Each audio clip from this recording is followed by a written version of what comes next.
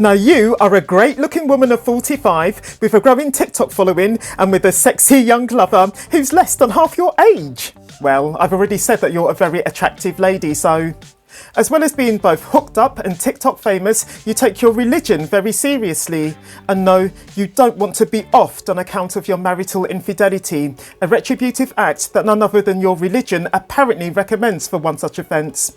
You also don't want to risk losing your TikTok fame or the glamour and satisfaction that come with it, because those things have long since become central to your life and central to your happiness. Your young bit on the side then doesn't know it, but in attempting to blackmail you, no less, as revenge for your having just jilted him. And by the way, he's hoping to blackmail you with the nude photos and videos of you that he possesses. He has sealed his own disastrous fate. And yes, viewer, this means what you think it means. Now viewer, if I've got you hooked on the story so far, do subscribe, give the video a like, drop a comment when you're ready and donate. Hit the thanks button below, I'll appreciate you. Not being allowed by her parents to become an air hostess and being forced instead to get married around the age of 20 were the two culminating acts of the life of oppression and misery that the parents of Ansreen Bukhari had inflicted on their daughter from day one. Originating from Pakistan, she was never allowed while growing up to dress in a fashionable Western way, always having to dress rather in the manner typical for Pakistani women. However, fast forward over 2 decades, by which point Ansreen and her husband, having long since moved to the UK from California, USA, where their 2 children were born, have an adult son and daughter, we find that Ansreen's life is starting to change. Now, there's a reason why Ansreen's daughter, whose name is Mahek, and who attended a private school local to the family home in Stoke-on-Trent, dropped out of university where she'd been studying fashion, an interest that she no doubt inherited from one of her parents in particular. And it's a very important reason. She was making a packet on TikTok. As such, she chose to abandon her degree and develop her career as a content creator and influencer. Born in May 1999, Mahek had actually struggled initially to get attention on TikTok, but now she isn't the only one in her family to be exuding glamour and glitz to a captive audience from day to day and to be reaping the personal rewards of that. Yes, you've guessed it, for the first time in her life, her mother, Ansreen, whose appearances in her daughter's videos are what sent her daughter's content viral and is keeping it so, is being seen as a figure of femininity and beauty rather than just as wife and mother of 2 with nothing else to her. She and her daughter are also loved for the humour that they offer in their content and, of course, for their undeniably close and loving mother-daughter bond, which Mahek herself describes as elite.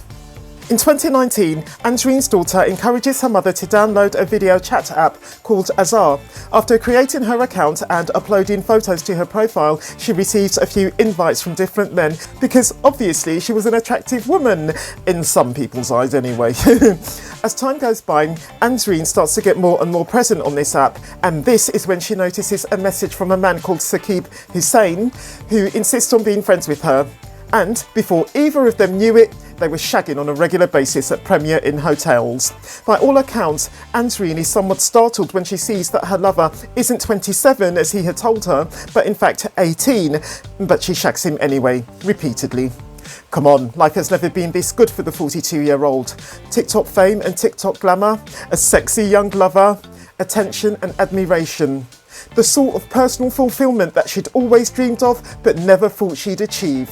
But now, 3 years on, noticing that her husband, Ali Raza, was growing suspicious of her, and knowing what his finding out about her affair could lead to, namely divorce, shaming and exile from her wider family, and possibly even a religion-backed execution, who knows? Not to mention, of course, the potential destruction of her TikTok career, she wants out.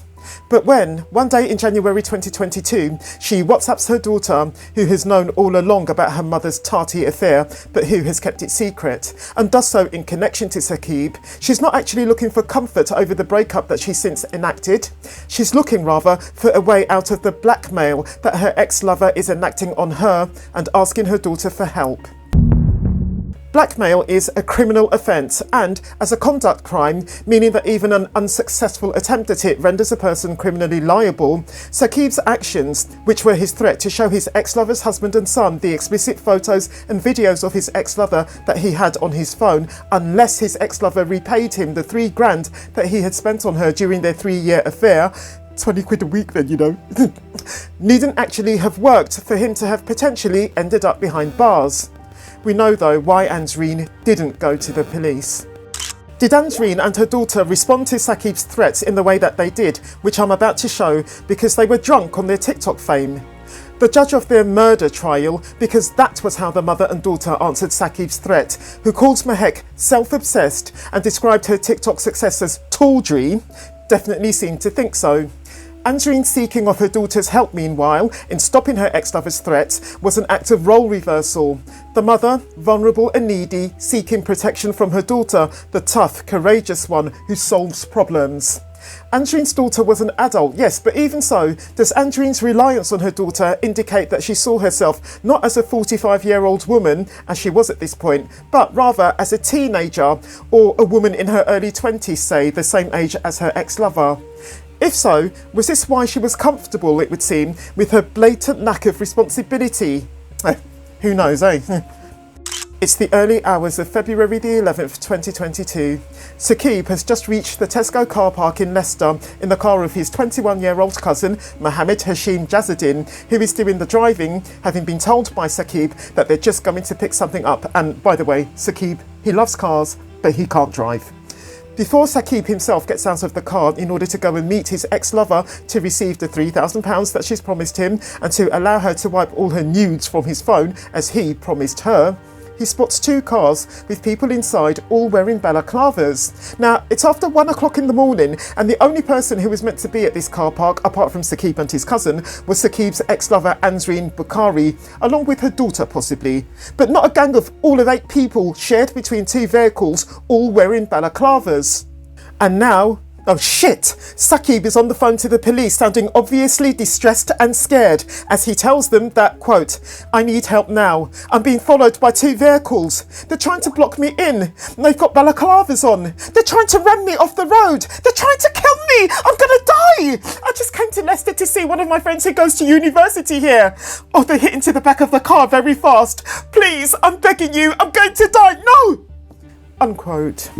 Having taken flight only moments after catching sight of the 2 cars with the 8 balaclava-wearing individuals inside them, you see, Saqib and his cousin had found themselves being relentlessly chased up the A46 by those 2 cars with those said 8 people inside them. And now they're dead. They just hit a tree which made the car split in 2 and catch fire, killing the 2 young men instantly. The Seat Leon that was chasing them, whose act of running them off the road is what made them crash into the tree, and whose driver has just got back inside after quickly checking the outside of the car, is now driving away again at speed as if nothing had happened. So is the Audi TT, the other car, which turned out to be a hire car. "Watch what I do to you," is what Mahek has said to Saqib in the call that she made to him during her 10-minute pursuit of him in the car. After her mother unburdened to her the month before, she had replied to her mother, quote, "I'll soon get him jumped by guys and he won't know what day it is. I'll make sure he gets jumped. He won't know who did it and how," unquote. These clearly weren't idle threats. Now, given the time and place of the meeting, a deserted car park in the middle of the night, and keeping in mind that the time and place were the suggestion of his ex-lover and her daughter, how could Saqib have failed to suspect any potential risks to the meeting? Was his desire for that £3,000 so strong that it either blinded him to the potential dangers or made him decide that the risk was worth taking? Not that Saqib deserved what happened to him, his cousin, a completely innocent victim, deserving what happened to him even less. Blackmail is a crime, but you don't get the death penalty for it. Another thing is that, as Ansreen and her daughter had to have known, Saqib could have saved copies of the naughty photos and videos into other digital forms, like his Instagram account, say, which is actually what he did. I'll tell you that for free.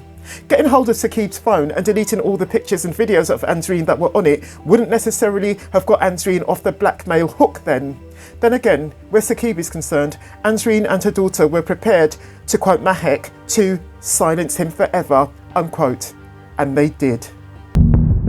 With his 36 years and 45 days for murder, Rais Jamal, 22 or 23, got the longest sentence of all involved. 5 of those years, though, are actually for an unrelated offence. Reckon Karwan, 29, got 26 years and 10 months for murder. Sanaf Gula Mustafa, 23, Amir Jamal, 28, and Natasha Akhtar, 23, got 14 years and 9 months, 14 years and 8 months, and 11 years and 8 months, respectively, for manslaughter. Now, having come forward to the police in the hours after the crash and presented them with a full disclosure of the incident, Mohammed Patel, who'd been a passenger in the hired Audi TT, was cleared of both murder and manslaughter. Ali Raza never told his wife about the message that he once received on TikTok that she was having an affair, as he simply didn't take it seriously, especially since it came from what looked to him like a fake account, as it had 0 followers. I can't find any comments from him in relation to the acts of both his wife, who indeed was cheating on him and now he knows it, and his daughter, or their sentences: 26 years and 9 months for his wife and 31 years and 8 months for his daughter. I imagine, though, that the man is totally broken by what has happened to his family, and I reckon the same goes for his son. The married man in his 30s with children that Ansreen used to meet in shisha lounges and, in private, have sex with, was her second affair. The thing is, though, with this affair, she was cheating on both her husband and her other lover. After initially denying in the witness box having had any more than one affair, Ansreen later admitted this second affair. From TikTok fame to prison shame for murder. It all sounds like something out of the next Hollywood screenplay, and it's all just one big mess. If this video has gripped you, I recommend you to watch this one next. I'll meet you there.